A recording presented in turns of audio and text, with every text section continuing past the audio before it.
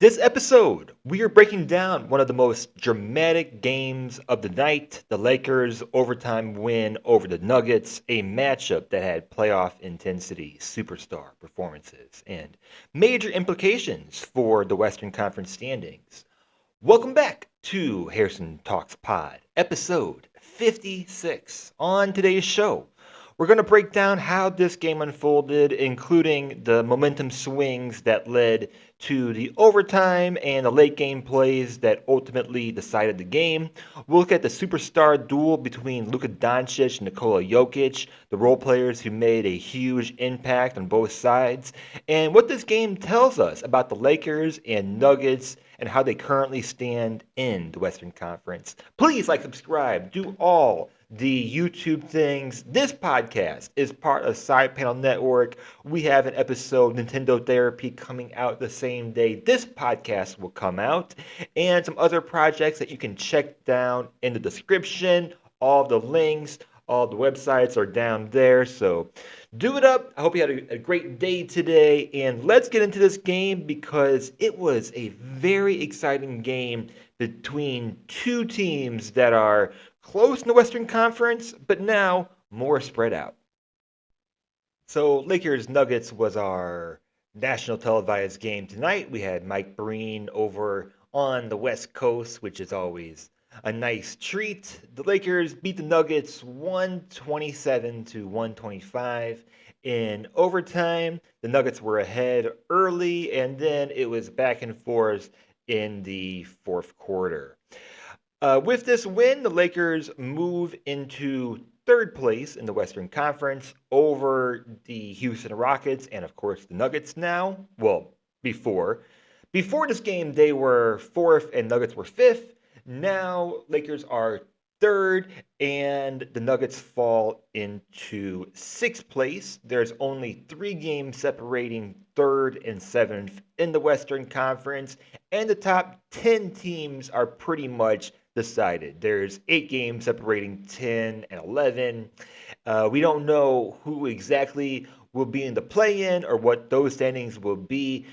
And it's very close right in the middle, as we said. We have the Thunder, we have the Spurs 3 games behind them, but then there's kind of a jump off from there. And yes, there's 3 games separating the third place Lakers and the seventh place. Who was that? Didn't have it up. The seventh place Suns, of course. Of course. Playing much better still than expected. But not here to talk about them as much. This was definitely a playoff style game, and it's not unique that these teams have met in the playoffs recently, and a 4-5 or 3-6 matchup could very well be another first round matchup between these two teams. Had an exciting overtime finish and a very exciting finish to the fourth quarter, unless you were a Nuggets fan. And it showed superstars controlling possessions down the stretch as well. Some great team basketball, almost at full strength on both ends. Aaron Gordon did not play the game before that. He's been back the last 5 games, playing 4 out of the last 5. Both teams had over 30 assists, and both shot at least 46% from the field. Turnovers were almost identical, 16 Lakers, 15 Nuggets. Lakers had a big early lead, and at halftime, the Lakers were ahead 61-50. I misspoke. The Lakers were ahead, and then going in the fourth quarter, Nuggets pulled ahead by, I think, at one point, 8 points, and then Lakers were able to come back and tie it up going into overtime. But Lakers built a 17-point lead at one point. LeBron, a lot of facilitating, him ending with 17 points. Marcus Smart hitting some early threes. Been having some really big plays for Marcus Smart. I guess it's just, the veteran championship experience that he has. And Luka Dončić, Austin Reaves had great games. Luka Dončić coming off of his 51-point night, first 50-point game for him as a Laker. Down the stretch in the second half, Jokić began orchestrating the offense more aggressively. Aaron Gordon had a very efficient shooting night, and there were big bench contributions from Tim Hardaway Jr. and Cam Johnson, who have been shooting very well this season as well. This is all with Jamal Murray not having a great shooting night. Had some nice assists down the stretch, but did foul out early into overtime. So I'm usually the one to bring this up, but hey, like if you're a Nuggets fan and you lost this game, you know that that was a game where Jamal Murray was, I want to say non-existent, still made some good plays, still passed the ball when he needed to, but just a very, very off shooting night for him. Uh, Austin Reaves' big play to end the fourth quarter was at the free throw line, 5.2 seconds left, and was down three, made the first, and then intentionally missed the second. Uh, he didn't throw it as much as some people try and do. It's very hard to practice this. Like, practicing misses must be one of the hardest things to actually practice. But the way he shot it, it went off the left side of the rim and went pretty much right back to him. I think it was one dribble to the left, finger roll over defender, and it goes in with 1.9 seconds left. Right. It was shorter in overtime. And that had the game tied and going into overtime. So just very, very impressive play by Austin Reaves. One of the best intentionally miss to 2-point play that you could probably see. In overtime, Aiden got a big putback to give Lakers the lead. Then Aaron Gordon hits a clutch three. I think that was over Luka Dončić. That was big to give Denver the lead. Marcus Smart then hits a clutch three. Lakers get the lead. Jokić has a big drive. Then game is tied 125 to 125. And I'm sure a lot of people were thinking the same thing at this last end of game situation. Although it's a bit different, game is tied, game is not Lakers behind. But of course, the ball ends up in Luka's hands, and I think most people like me had the feeling that he was going to take the last shot no matter what. And he didn't. He went to a step back. It wasn't a step back three, but it wasn't like the game a couple weeks ago where he was very precautious and didn't seemed like he didn't want to shoot the ball at first. But drove to the left about 17 feet, hits a step back, tough shot, but one he's made so many times. Shot goes in, zero point 0.5 seconds left, and the game was pretty much over besides that. I think Jokić forgot there was a timeout because I think everyone did because they tried inbounding it before the coach took a timeout. So I don't know what happened there. But it was great to see. I'm not a Lakers fan, but just as a Luka fan, good to see that he can step up, hit those shots when he needs to, and I think it was just a reminder to himself. I hope it was a reminder to himself that it's just a matter of making the same shot that you always make. Don't know what happened in that last game. Who was that? But a couple weeks ago, where it seemed like between him and LeBron, didn't really seem like they knew who would take that last shot, ending with LeBron taking a contested three-pointer. So, biggest shot of the night, Austin Reaves, probably the biggest play of that entire night, and it was just a superstar duel. Coming off 51 points, Luka Dončić had a 30-point triple-double, 30 points, 13 assists, 11 rebounds, biggest shot of the night. Nikola Jokić, 24-point triple-double, 16 assists, 16 rebounds, 14 assists, 5 steals, underrated defender, and had a really nice dunk in transition as well, one-handed. That was pretty fun to watch. So both offenses running through the big two foreign players who hopefully never team up in the future. Let's just hope that never happens in some situation. So that was Luka, and for the season, he's leading in scoring, 32.8 points per game. That's with 8.5 assists on a 36% usage rate. That has to be pretty close to his career average. Comparable to just the top MVP players of the league, I imagine SGA just has to be far and ahead number one right now. Nikola Jokić, is he under the games now that he needs, or is he right where he needs? I'm doing terrible research now, but certainly is in like the top three, top five players in the league right now. Austin Reaves, huge night, 32 points on the season, best season of his career, 24 points per game, 38% from three, 5.5 assists. 38% from three is very good for this team. LeBron James ended with 17 points, made some big plays down the stretch, had some nice defensive plays throughout the game as well. So I think I mentioned last time I spoke about him.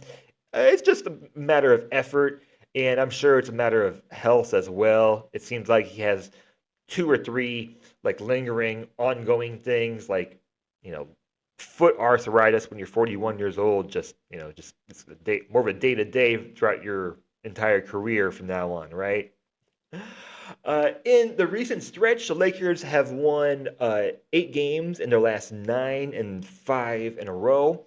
He shot 57% from the field and 41% from three. So his efficiency is just shooting up as well, averaging 21.3 points per game and 7 assists. So, yeah, better, more efficient, more effort.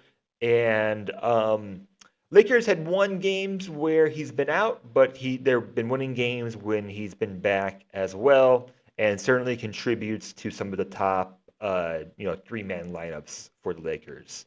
Marcus Smart continues to be a defensive backbone when he's on the floor. He's averaging 1.4 steals per game. In this recent stretch of 9 games, his net rating, his plus minus is 15.4, and his defensive rating on the floor is 98. So that's leading the team, I think, by a good bit. DeAndre Ayton had a pretty decent game. We know DeAndre Ayton is sort of on and off, but the putback in overtime gave them the first lead in overtime, which led to a big back and forth until the big last shot of the night.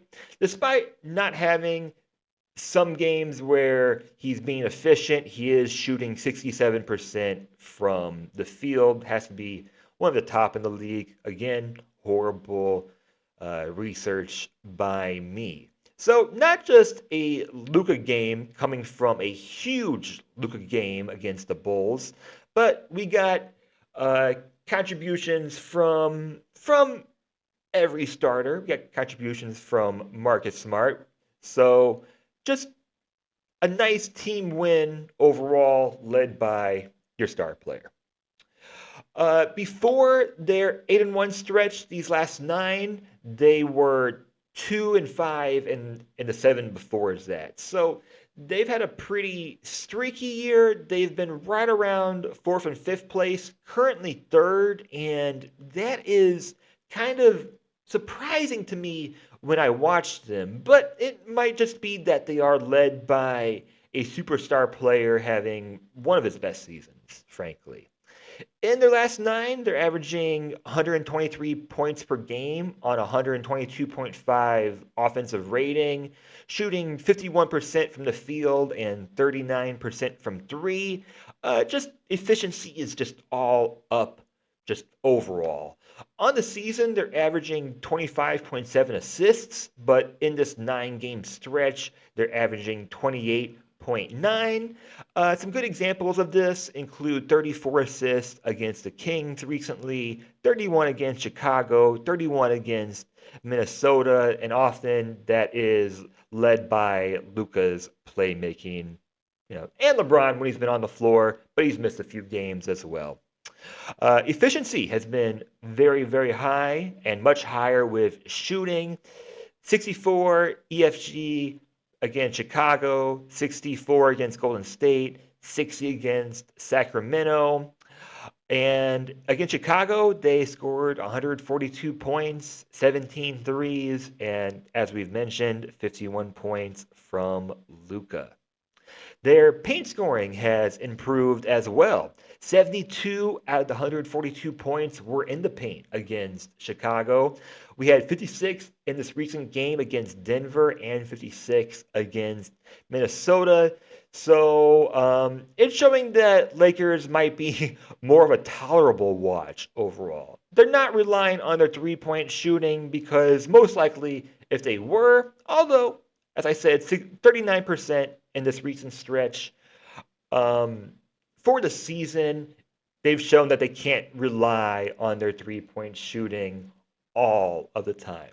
Turnovers are better, 14.5 on the season, not too bad. In the last 9 to 12.6. And in the Minnesota game, they had 7 turnovers to 31 assists. So just a very efficient game there overall. 1.2 point differential in this stretch. And overall, what else should I say? Luka controlling the offense. We're getting better shooting displays. Luke Kennard's contributing to that now that he's on the team. But also players like Rui Hachimura, which we haven't brought up yet this episode. Marcus Smart, Austin Reaves, and of course the leadership and playmaking of LeBron James as well. Still a lot of just questions overall. I think their defense could be better on the interior and the perimeter. Just overall, their defense could be better. And I'm worried that their three-point shooting might not hold up and that there's just not enough depth when they get into the playoffs. So let me know. Leave me a comment if you made it this far. You're listening right now. Let me know if you think the Lakers have enough depth for a 7-game series. Let's say they play Nuggets in the first round and it's like 2023 again in a different situation, with Luka and an older LeBron James. Or if they were to play, the Thunder in the second round, it's hard to say who would beat that team in a 7-game series. But perhaps let's talk about the Nuggets next, because perhaps they're the team that could beat everyone. Because despite them being kind of a 500 team this past month or so, they certainly have one of the best players in the league, maybe the best, and enough depth and experience where they should be able to go on a run. So let's talk about them next. Very interesting loss by the Nuggets. Could have won in the fourth quarter, was ahead by 8 points at one point. Could have won in overtime as well. Second best player on your team has a bad shooting night, fouls out early on in overtime, and you still won. You still almost win against the team that is fourth place in the Western Conference. And it kind of puts into context the type of season the Nuggets are having. So with that, Jokić had 24 points, 16 rebounds, 14 assists, 5 steals, as I mentioned, 24-point triple-double and a very nice offensive night from him. 33 assists as a team overall, and had some great plays from Jokic down the stretch. One being this cross court pass to the corner to Hardaway for a three. Definitely the Jokic system was on display tonight for this nationally televised game. And I kind of left this game thinking the same that I did before about the Nuggets, that they can beat any team on any night, especially at home. But they're playing 500 basketball. Jamal Murray, 1 of 14 shooting, 1 of 7 from 3, 5 points, fouled out in overtime, but has had some very nice scoring nights this past month or so, including, I'm looking, 25 points, 45 points, 28, 29, 21, 30, 30. Yeah, a lot of times where he's scoring 30 or more points. But in 36 minutes, 5 points, and you lose by two. So there can be some optimism there if you want. Aaron Gordon missed the game before that, but is looking healthy. 27 points, very efficient scoring night from him. Tim Hardaway Jr., 20 points. Cam Johnson, 18 points off the bench. So some solid effort off the bench for the Nuggets. The Lakers controlled the first half of the game, but you saw as the game goes on that Jokic and the Nuggets were controlling possessions and the rhythm of the game more and more towards the end, to where they had a decent lead, and then the Lakers came back. Just a very fun game to watch overall. Maybe a bit frustrating if you're a Nuggets fan, but some big plays, big performances. And it wasn't just one huge mistake for the Nuggets being the reason why they lost this game. It was a series of small mistakes they made, like missed open threes, missed free throw from Aaron Gordon, turnover after a jump ball, giving up second chance rebound, just small mistakes that led to extra possessions or extra points from the other team. Stacked together helped the Lakers secure the victory. And of course, the Reaves free throw changes everything. Jokic had a very dominant game overall, and zooming out, they've been a 500 team. So this is a good example just of how they've been this season. They dropped to sixth place now, uh, being fifth place coming into this game. They have been 4-4 in their last eight, 5-5 in their last 10, 6-6 in their last 12, 8-8 in their last 16, and just right around that 500 mark for over this past month or so. They are in they're in six now, but they could be in the play-in. The Lakers are in third place, but 3 games separating 3 and 7, they could easily be in the play-in, given that we've seen the Lakers lose 3, 4 games in a row, go on losing streaks before going 8-1 in the last 9. So it's hard to say where these teams end up. I just want to say that, especially with Aaron Gordon being back, especially with him having a great game despite the loss tonight, I have more confidence in Nikola Jokic and the Nuggets.